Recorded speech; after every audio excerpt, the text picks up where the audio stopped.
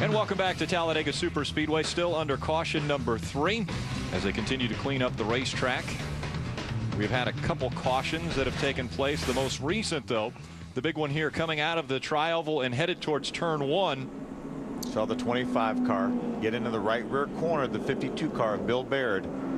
Turned Bill sideways across the racetrack in front of oncoming traffic, and then chaos ensued. Take another look. This is from turn number 1. Bill Baird up the racetrack, gets into the 66 of Mark Thompson, then the 38 gets clipped and hard into that outside safer barrier. And Bill's just riding along there, has no idea that he's going to get clipped in the right rear corner, and as soon as he does, it just turns his car hard right. We saw the 66 get almost, not upside down, but off the ground. He was headed that way, and one of the safety initiatives that ARCA has done is made sure that the flaps come up to make sure those cars stay on the racetrack. With more on the safety initiative for ARCA Racing Series, earlier Jim Trado took a look at the 44 car. Hey guys, I thought I'd get you up to speed on some things here in the ARCA Racing Series garage in terms of driver safety and stability in these race cars. We know roof flaps have been around for a long time. They've been on these ARCA Racing Series cars, and every car in the series at every track has to run the roof flaps.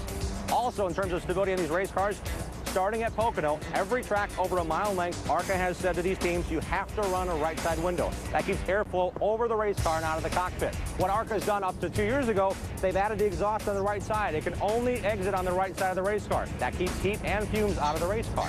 Last week at Texas, they added the fin that goes from the top edge of the rear window down to the spoiler. That adds stability if the car does get sideways. One additional component for the ARCA Racing Series, they're going to add CO2 monitors, CO monitors, in the race car itself. These will be in 5 cars every race.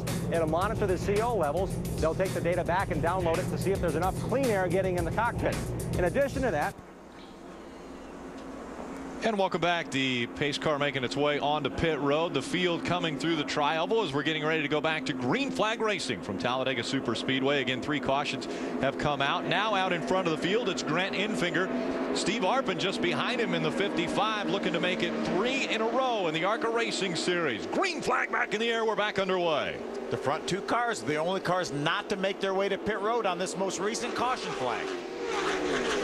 They come back up to speed. The slower lapped car on the inside, one of those damaged earlier in the race. Remember, in the ARCA Racing Series, we do not have the double file shootout style racing. They still line up with the lap cars on the inside row. Field single file as they go down the backstretch. Again, the 09 of Grant Enfinger out in front of this field. Steve Arpin runs second. Craig Ghost third. Tom Hessert in the 77 is fourth. Then it's Joey Coulter in the 16 running fifth. One of the guys involved in the most recent caution, and a guy that we thought may be a favorite for this race, the driver of the 5, Bobby Gerhardt, is with Jim Trado.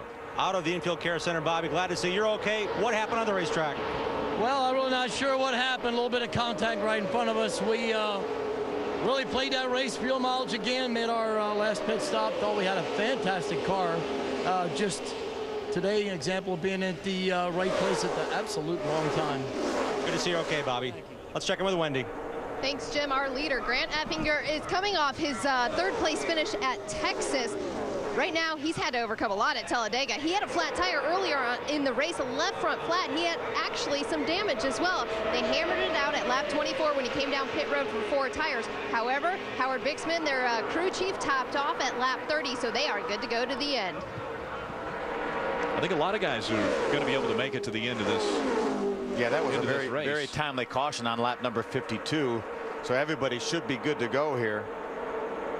As far as fuel, now it's jockeying for position as Craig Ghost gets right on the back bumper of that 55 of Steve Arpin. Again, he has gone to victory lane our past 2 races at Salem, then Texas, now looking to make it 3 in a row at the Superspeedway Talladega. Took so many of the good cars out of this race when our most recent caution flag came out, when Bill Baird and Mikey Kyle got together. We've seen this before, though, and we get them all bunched up towards the end of the race. We still got enough good cars out there for something big to happen. They will be jockeying for position. We're seeing this group of 7 separate themselves, or at least try to. Tom Hessert got hung up on the outside for just a moment. Now he's going to pull in behind the 32 of Justin Marks. Tim George in the 31 car pulling up to the back of his rear bumper. And Dakota Armstrong running in that 9th position. Again, Dakota Armstrong led 30 laps early on in this race. What an amazing 2 weeks it's been in Steve Arpin's life. When we talked to him in the garage area, and just so excited, so upbeat. He got a sponsor, Kenny Mike's Hard Lemonade. They came on board for Texas. And guess what? He wins that race. 2 ARCA races back to back, and then starting 4th, I believe, and tomorrow's nationwide race with Dale Jr. Motorsports. So that's a huge 2 weeks. What a nice young man too. Great to see good people catch them breaks now and then. Yeah, out of Fort Francis, Ontario. So Canadian Steve Arpin trying to win his first championship in the ARCA Racing Series. We've had a report from the infield that everyone involved in the incident most recently has been checked and released from the infield care center, as Grant Enfinger continues to lead the field around Talladega Superspeedway. We have just 32 laps remaining.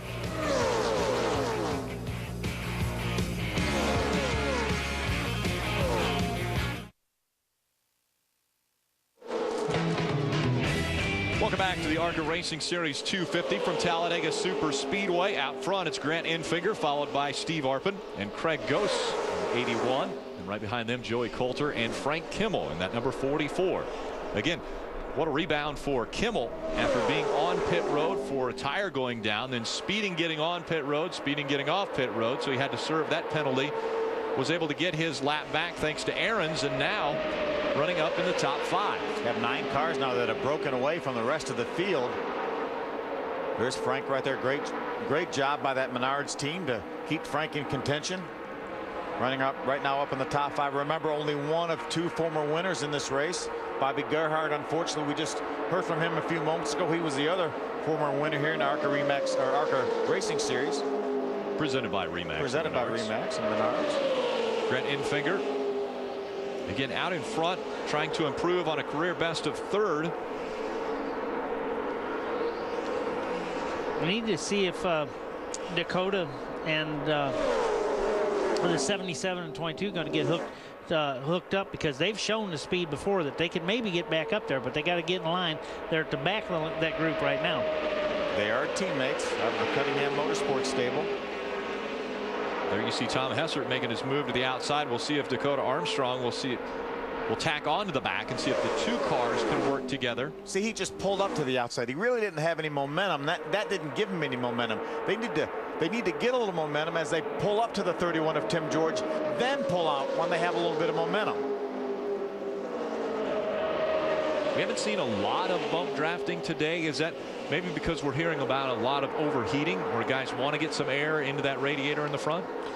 I think that could be part of it, because you run so much tape that when you're bump drafting, blocks off all the front area of the car, overheats real quick. Plus, it just hasn't been time yet. And the guys know that they're rolling the dice when they're doing the bump drafting. We're getting a report that the ARCA officials are looking at the 22 very closely. They're getting a report that he possibly may be leaking some fluid. It's going to be very difficult to tell right now, because he is the car at the back of that line. Right.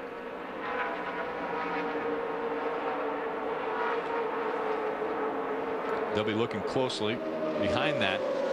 And a lot of times you guys as drivers will be radioing in saying somebody is leaking fluid, because it'll get up on your windshield and you'll see it and you'll say it's got to be somebody in front of me.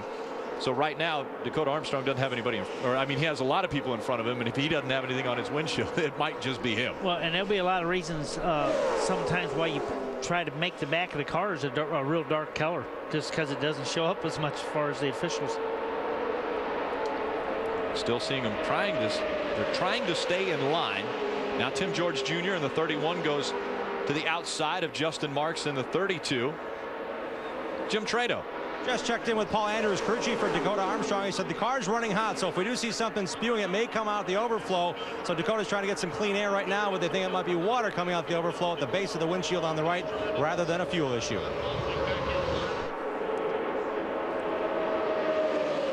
Dakota Armstrong with a run, trying to follow that 31 of Tim George Jr.